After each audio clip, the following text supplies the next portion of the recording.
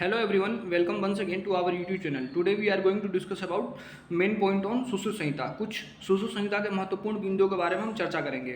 जैसा कि आप सभी जानते हैं कि सुश्रुत संहिता बृहत्तरी का एक बहुत ही महत्वपूर्ण पार्ट है और ये इस संहिता से कई सारे कठिन क्वेश्चन और आसान क्वेश्चन अनेक प्रकार के मेडिकल ऑफिसर के, स्टेट पीएससी और यूपीएससी और एआईपीजीटी इन सभी एग्जाम में पूछा जाता है। तो इसके नोट्स जो पारिक में दिए हुए हैं उसको हम आज से पेज बाय पेज पढ़ेंगे। तो सबसे पहले जो है सुश्रुत संहिता के अंदर पहला पॉइंट है कि व्याधि के 4 भेद बताए उसमें, शारीरिक, मानसिक, आगंतुक और स्वाभाविक। अष्टांग आयुर्वेद का जो क्रम है वो शल्य, शलाक, कायभूत, कुमार, अगध, रसायन और बाजीकरण दिया हुआ है। प्रमाण के भेद इसमें 4 माने गए हैं, प्रत्यक्ष, अनुमान, आप्तोपदेश और उपमान।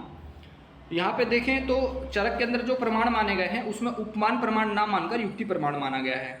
लोक के जो भेद है वो 2 माने गए हैं, स्थावर और जांगम भेद से और आग्नेय और सौम्य भेद से 2 माने गए हैं।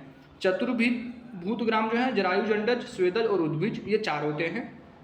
चतुर्विध वर्ग में स्थावर, जांगम, पार्थव और कालकृत ये माना गया है। रोग अधिष्ठान देखा जाए तो इसमें शरीर और मन मानी गई है। वानस्पत्य को वृक्ष की संज्ञा दी गई है। ब्राह्मण शेष 3 को, क्षत्रिय 2 को और वैश्य केवल 1 वर्ण को ही उपनयन करा सकता है। इसका मतलब ये है कि ब्राह्मण जो है, ये क्वेश्चन आता नहीं है फिर भी इसको पढ़ सकते हैं हम लोग। उसके बाद है शिष्य के जो वस्त्र है वो कसाय वर्ण का होना चाहिए। अध्यापन निषेध दिवस है अष्टमी, चतुर्दशी, पूर्णिमा और अमावस्या। इन 4 दिवस में अध्यापन निषेध बताया गया है। शांति कर्म चिकित्सा का पर्याय है। तस्कर संज्ञा वह वैद्य जिसमें क्रियात्मक और सिद्धांतिक ज्ञान का अभाव है, यानी वह वैद्य जो कि क्रिया करने में कुशल नहीं है और उसमें सिद्धांत का भी ज्ञान नहीं है, उसको तस्कर बताया गया है। त्रिविध कर्म में पूर्व कर्म, प्रधान कर्म और पश्चात कर्म 3 कर्म आते हैं। शस्त्र कर्म रोम की अनुलोम दिशा में करने के लिए बताया हुआ है।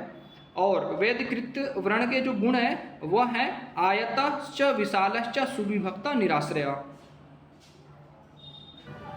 शल्य चिकित्सक के गुणों की संख्या 6 मानी गई है।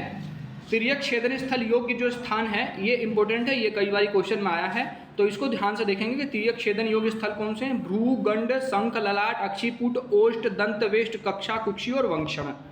चंद्रमंडल छेदन योग्य स्थल जो है हस्त और पाद, हाथ और पैर जो हैं यहाँ पे चंद्रमंडल के समान छेदन करना चाहिए। अर्धचंद्राकृत छेदन स्थल गुदा और उपस्थ, यहाँ पे अर्धचंद्र की आकृति के समान छेदन करना चाहिए।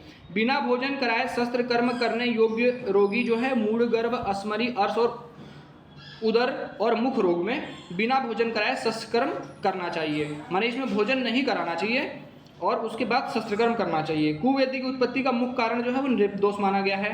अब जो है ये इंपॉर्टेंट है कि व्रण की पट्टी खोलना, ये भी क्वेश्चन बहुत बार आया हुआ है, तो इसको ध्यान देंगे। हेमंत, शिशिर और वसंत ऋतु में 3-3 दिन पर व्रण की पट्टी खोलने का विधान सुश्रुत संहिता में मिलता है। शरद, ग्रीष्म और वर्षा ऋतु में व्रण की पट्टी खोलने का विधान 2-2 दिन के अंदर मिलता है। तीव्र वेदना सामक द्रव्य है, इंपॉर्टेंट क्वेश्चन है। तीव्र वेदना सामक द्रव्य मधुयष्टि, सिद्ध घृत, रजो धूमाकुला दिशा, ये हेमंत ऋतु के बारे में बोला है। वात वृष्टि आकुला दृष्टि, वात वृष्टि आकुला दिशा, ये शिशिर ऋतु के लिए बताया है। तो आज के लिए सुश्रुत संहिता के जो नोट्स दिया हुआ है पारिक के अंदर वो पहला पेज हमने पढ़ा है। इसके साथ ही हम आज से सुश्रुत संहिता शुरू करेंगे, रोज एक पेज पढ़ेंगे और इसमें जो इम्पोर्टेंट है वो हम इसको देखेंगे। Thank you very much for watching this. यदि आप हमारे यूट्यूब चैनल में पहली बार जुड़े हैं तो इसको सब्सक्राइब करना ना भूलें।